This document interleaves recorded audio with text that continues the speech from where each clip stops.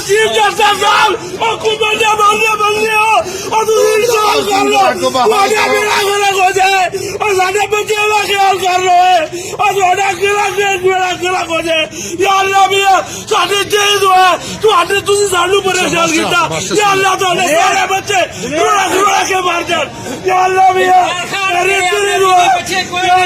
ਸਾਡੇ बीवी बच्चे ने उन्होंने रोजगार असि उन्होंने रोटी खुआ के हमारी 2 टाइम की रोटी को हमारे बच्चों की 2 टाइम की रोटी को इन्होंने बंद कर दिया। हम अपने पेट पर पत्थर रख दिया। खुदा के लिए बहाल कर दे, 3 ब्लॉक और 2 ब्लॉक को बहाल कर दो। इनके पास इतनी जगह है, एक स्कूल खाली करवा के वहाँ बगैरती कर ले।